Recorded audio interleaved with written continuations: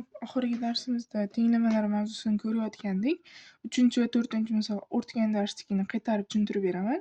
5 va 6 misolni qo'shimcha tariqasida ko'rib ketamiz. Xo'p, 3-misolda 3-misolda o'zi tenglama 90 + x 90 + qavs ichida 100 + 2x teng 257 minus 257 + x. Xo'p, birinchi navbatda biz nima qilamiz deganmiz o'zi amallar bajarishda. Amallar bajarishda birinchi navbatda qavsni bajarishimiz kerak. Qavsni bajarishimiz uchun birinchi o'rinda qavs ochish bo'lishi kerak. X qatnashganda qavs ochish ishlanadi. Ya'ni qavs ochganimizda qarang, o'rgatib qo'yay qavs ochishni ham. Nima? Qavs turibdi. Qavsdan oldin plus bo'lsa, ichkaridagilar har o'zini ishorasi bilan chiqadi tashqariga. Ichkaridagisi ham misol plus bo'lsa yo minus bo'lsa, o'sha minus bo'lsa minus chiqadi, ichkaridagi plus bo'lsa plus chiqadi. Oldida plus ishora bo'lsa. Endi qavs oldida minus ishora bo'lsa, ichkaridagi misol ichkaridagi ishora plus deylik. Ikkalasi ham mana bu bizni misolimizga o'xshagan, bunisiga o'xshagan plus bo'lsa, ikkisi ham plus bo'lsa, ikkala bu qarama-qarshi ishoraga almashib chiqadi. Misol plus minus bo'lsa, ikkalasi ham qarama-qarshi ishoraga almashadi. Ya'ni minus ta'sir qiladi-da, bunga o'zgarib minusga almashadi. Minusga bo'lib chiqadi qavs ochishda. Qavs ochish shunaqa. Xo'p, qavs ochishda bunga ta'sir qildirib ko'ramiz. Demak, qarang, plus ishora oldidagi plus ishora bo'lsa, qavsni ichidagi hech qaysi ishoraga ta'sir qilmaydi plus. Minusnikini keyingisida ko'ramiz. Hozir bizga plusi muhim. Plus qavsni ichidagi ishoralar hech qaysi o'zgarmaydi. Demak, shunday ochib yuboraveramiz. 90 plus 100 plus 2x teng 257 plus x. Ana endi bizda oddiy holat bo'lib qoldi. Bizda tenglamalarda qoidasida nima dedik ketishida? Noma'lumlar chap tomonga o'tkazamiz dedik. Ma'lumlarni o'ng tomonga o'tkazamiz. Ya'ni 2x, chap tomonda 2x noma'lum, x bu tomonga oldi plus bo'lgani uchun tenglikni u tomoniga o'tganda minus bo'lib o'tadi. Agar oldi minus bo'lganda bu tomonga o'tganda plus bo'lib o'tadi. Tenglikni qarama-qarshi tomonga o'tganda ishoralari ham qarama-qarshisi ishoraga almashadi. Ya'ni hozir plus edi, bu tomonga o'tdi, minus bo'lib o'tdi. Teng 257 o'zi turibdi, qimirlatmaysiz. Birinchi o'zi tomondagi sonlarni birinchi yozib olasiz. Bu tomonda ham o'zi turgan tomondagi noma'lumni ham birinchi yozdim. Buni birinchi yozmaysiz, buni birinchi keltirasiz. Chunki o'zi tomonda birinchi bo'lib turadi. Keyin o'zi qarama-qarshi tomondan o'tganlarnikini yozasiz. Demak, birinchi 257 ni yozdim, chunki birinchida turibdi o'zi. Keyin bularni qarang, oldida plus turibdi. Buni ham oldida xayolan plus qilib olasiz. Oldida ikkalasida ham plus bo'lgani uchun ikkisini qo'shib yubordim. 90 ga 100 ni 90 ga 100 ni qo'shamiz. Nechi? 190. 190 ni bir yo'la ayiraman. Ayiruv 190. Tushundinglarmi? Endi 2x dan x ayiramiz. X, bir dona x. Ikkita x'ingiz bor edi, bitta x ni ayirib tashlayapmiz. Shunda bitta x qoladi. Endi 257 dan 190 ni ayiramiz. Xo'p, tagma-tag hisoblaylik. 257 ayrilgan 190. Nechi? 7 dan 0 ni ayirsak 7, 5 dan 9 ni ayirsak 9, 5 dan 9 ni ayirib bo'lmaydi. Bunga o'tkazamiz. Bundan bitta o'tkazamiz, 15 hosil bo'ladi. 15 dan 9 ni ayirsak 6, bunda bir qolgan 0. Demak, 67 degan javob chiqadi. Demak, 3-misolimiz javobi 67. Endi 4-misolimiz. 4-misolimizda qarang, men aytdim, qavs ochishda dedim. Qavs ochishda qavs tashqarisida minus ishora bo'lsa, ichkaridagi ishoralar qarama-qarshisiga almashadi. Plus bo'lsa, ichkari plus bo'lsa, bu minus ta'sir qilgandan minus bo'lib chiqadi qavs tashqari. Agar qavsda ichi minus bo'lsa, plus bo'lib chiqadi. Minus ta'sir qilgani uchun minusi bo'lsa hushyorroq bo'lasizlar. Plusda bunda farqi yo'q edi, minusda hushyorroq bo'lamiz. Demak, 256 ni yozdim. Minus, har biriga minus ta'sir qildiryapman. Bunga ham minus ta'sir qildirasiz, bunga ham minus ta'sir qilasiz. Bu 144 oddiy 144 oldi plyus xayolan 144 ga minus ta'sir bilan minus 144 keyin plyusida minus ta'sir qilib minus p teng 112. Endi qarang, noma'lumlar chap tomonda qolyapti minus p. Endi bu tomonda ma'lumlar bu tomonga o'tkazaveramiz. 112 ayrilgan 256 qo'shilgan 144. Chunki qarang, 256 ni oldida plyus bormi? Oldida xayolan qilasiz. Bu tomonga tenglikni bu tomoniga o'tkaziryapman, shuning uchun minus. Bu oldi minus edi, bu tomonga o'tganda plyus bo'lib o'tadi. Demak, minus p teng. Xo'p, endi qarang. Minus 256 112 dan minus 256 ni ayira olmayman. Shuning uchun bu 256 degan son bu yerda turib tursin. Birinchi qilayotgan ishimiz 112 ga qo'shib olaman.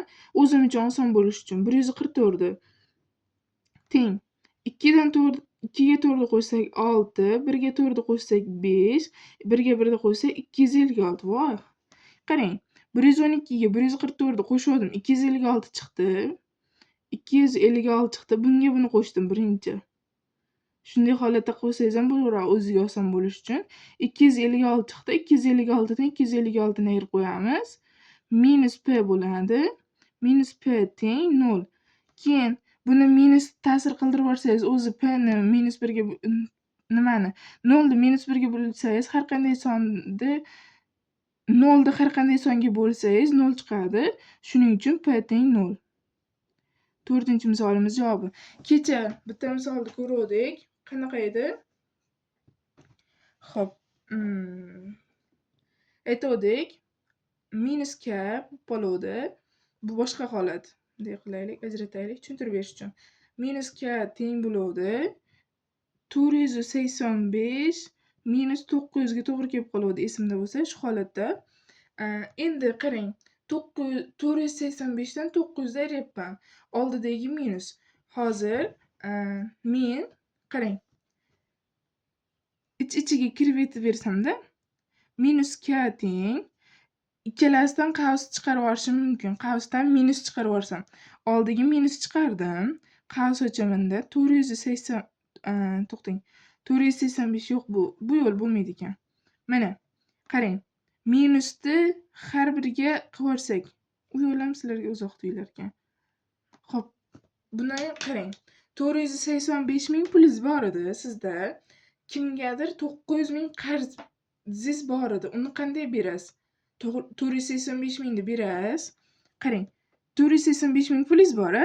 485 ming pulingiz bor. O'zingizda, qo'lingizda pulingiz bor, boshqa pulingiz yo'q. Endi kimdirdandir, mana qarang, 485 ming Solihada pul bor. 485 ming Madinada 900 ming qarzingiz bor Solihani. 900 ming qarzi bor Madinadan. Endi qarang, Solihada 485 ming qo'lingizda pul bor, Madinadan 900 ming qarzingiz bor. Endi qarang, buni 485 ming pulingizni berishingiz kerak, chunki Madina so'rayapti, men qarzingni ber deb. Endi 900 mingdan qo'lingizdagi bor pulni berib yubordingiz. 900 mingdan ayrasizda 485 ni. Bor pulingizni berasizda, keyin kalkulyatorga kirib qancha qarzim qoldi ekan, qachon beraman ekan deb bilgani kirdingiz. Endi qarang, 485 dan 900 ni ayirib tashlaysiz. Shu holatda bu holatda nima qilib turing? Mana bekitib turamiz. Qarang, siz Soliha Madinaga qarzingizni beryapsiz. 900 ming qarzingiz bor. Lekin sizda 485 ming pul bor. Shunda 485 dan 900 ayirasizmi? 900 dan 485 ni ayirasizmi? Qancha qarzingiz qolganini? Demak, 900 mingdan 485 mingni ayirasiz. Shu holatda endi buni hisoblab olsak, 5 qoladi. Buni yechishni bilasizlar-a? 9 1 4 415 ming. Demak, aytasiz, minusdan minus 485 ming qarzim qolyapti deysiz. Madinaga 485 ming pulingizni berib bo'lganingizdan keyin 415 ming qarzing qolyapti deydi. Shuning uchun 485 dan 900 ayrilmadimda. Shuning uchun 900 dan 485 ni ayirib 415 ni yozib chiquvdi, yoniga minus qo'yib qo'ydim. Shu holat bo'ldi. Endi minus k teng minus 415 bo'ldi. Tushundingizmi sal? Endi hop, k teng aytdim men, ikkala tomonda ham minus bo'lsa, plus bo'lib ketadi. Shuning uchun 415, ya'ni qisqarib ketadi. Endi javobimiz 415 chiqdi. Bu o'tgan darsda tushunmagan joylarda tushuntirib qo'ydim. Hop, endi 5-misolga o'tsak. 5-misolda qavs ochishimiz kerak. Qavs ochishda nima bo'ladi? Qarang, oldida minus kelibdi. Nima qilardik? Har biriga minus ta'sir qildirardik. 860 ni yozib olamiz. 860 minus. Buni oldida x ta oldida plus bor, xayolan. Chunki minus bo'lganda minusni yozib qo'yardik. Shuning uchun plus bo'lsa oldida kelinganda plus yozilmaydi. Shuning uchun hozir x ta oldida plus bor. Minus x ga ta'sir qilib minus x bo'lib qoldi. Chunki ichkaridagi plus edi ishorasi. Plus minus bo'lib ketdi. Endi mana minusi 940 ta oldidagi ishora minus. Mana minus ta'sir qildirib qarama-qarshi ishoraga aylanib 940 bo'ladi. Teng 120. Xo'p, endi noma'lumlar chap tomonda, ma'lumlar o'ng tomonda. Ma'lumlar o'ng tomonga o'tkazib yuboramiz. Endi nima ish qilamiz? Minus x qolyapti. Mana minus x. Bitta noma'lum. Demak, bu tomonga 120 ni ayiramiz 940 ni, ayiramiz 860 ni. 860 ni. Endi qarang. 120. Buni qanday tushuntirib bersam sizlarga? Xo'p, hozir. Mana qarang. 120 ming pulingiz bor. 120 ming pulingiz bor. Bunaqa tushuntirib beraveray. 120 ming pulingiz borda, har biriga ikkoviga ham qarzingiz berishingiz kerak. Bittasidan 860 ming, bittasidan 940 ming qarzingiz bor. Demak, umumiy qarzim qancha desangiz, qanday hisoblaysiz? Qarang. Aytay, yana boshdan qaytaray.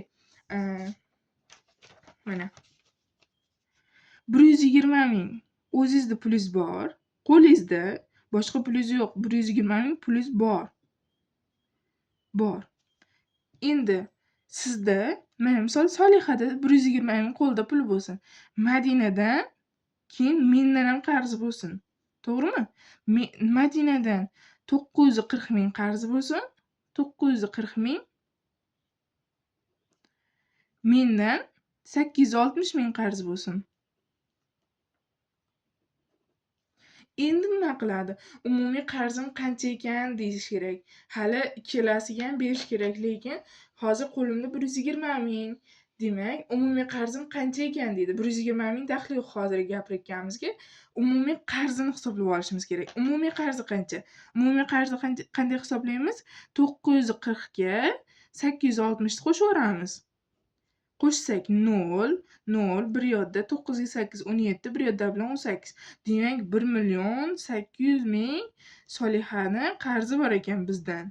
Madina bilan mendan. 1.800.000 qarzi bor ekan. To'g'rimi? Endi 1.800.000 qarzi bo'lsa, endi bizga Soliha yo Madinaga yo menga bittamizga 120 ming berib turish kerak. Endi umumiy pulimiz qancha edi? 1.800.000 edi. Qarzi 1.800.000 qarzi bor. Qarzlar minusdan qilib yoziladi. Minus 1.800.000. Chunki sizdan chiqib ketilishi kerak-ku pul.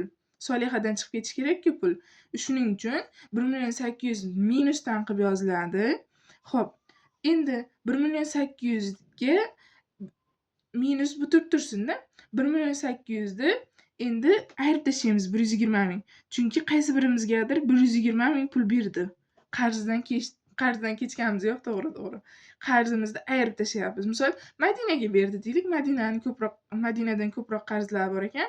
Demak, 1.800.000 umumiy puldan ayirasizlar. 1.800 dan 120 ming beryapmiz. 0. Balki ikkalamizga 60 dan bergandir, 2 ga bo'lib. Ikkalasi ham jim turib tursin deb. Hop, 0, hop, bunga o'tkazdirdim yetmagani uchun 10, 10dan keyin ayirsak 8, 7dan 1 ayirsak 6, 1680. Demak, qarang, 1,680,000 qarzi qolyapti ikkalamizdan. Nimani? Solixani. -2, bu tomonda -2 turuvdi o'zi. Tushuntira oldimmi hozir? Minusdan qarzingiz qolganingiz minus. Minus 1,680,000 qarzingiz qolyapti. Qarang, endi bu tomondan ham tushuntirib beraman. 1,680. Mana 120,000 plyus bor, plyusdan oldi. Bularga Madinadan 940, mendan 860 qarzingiz bor. Demak, 120,000 ikkalamizga ham 60-60 dan bergandirsiz. Keyin umumiy qarzingiz qancha qoladi? Minus 1,680,000. Minusdan. Chunki minusda qarzlarni minusdan qilasizlar, sizlarga kelayotgan pulni plyusdan qilib xayolingizda o'ylab olasizlar. Tushuntira oldimmi? Endi qarang, ikkala tomon ham minus. Menga minus x kerak emas, oddiy x kerak. Shuning uchun minusni bu tomonga minusni nima qilib qisqartirib yuborsak, x teng 1,680,000. Xo'p. Endi 6-sini yechsak, 5-misol tushunarli bo'ldimi? Xo'p, 6-si qanaqa bo'ladi? 6-si plyus ekan. Biz voобще oson ekan demak biz uchun. Chunki birinchi qadamimiz oson bo'ldi. Chunki qanaqa edi? Ikkalasi ham shu oldidagi ishorasi qanaqa bo'lsa shunaqa ochilardi. 800 plyus bu tomonga ta'sir qilmaydi baribir. Oddiy x bo'lib chiqaveradi. O'zi -120 edi. Plyus ta'sir qilmaydi baribir plyus. Plyus bilan ochilgani uchun -20 bo'lib ochiladi. Qarang, plyus bo'lgani uchun -20 ochildi. Shunga e'tibor bering. -20 ochildi ishorasini almashtirmaysiz, shunday ochib qo'yasiz. Qavsni yo'q qilib qo'yasiz xullas. Qavsni o'chirib tashlaysiz mana. Shu holatda. Xo'p, teng 1000 degan javob bor. Xo'p, endi x noma'lumlar chap tomonda, ma'lumlar o'ng tomonga o'tkaziladi. Xo'p, 1000 bu tomonda o'zi bor. 1000 minus 800 minus bo'lib o'tadi. Chunki oldi plyus, xayolan 800. Mana 120. 120 ni oldi minusmidi? Tenglikni bu tomonga o'tsa plyus bo'lib o'tadi. Plyus 120. Endi buni hisoblab qo'yish menimcha oson. 1000 dan 800 ayiramiz 200 qoladi. 200 ga 120 ni qo'ysak 320 qoladi. Demak, tushunarli bo'ldimi? Albatta yozib qo'ying.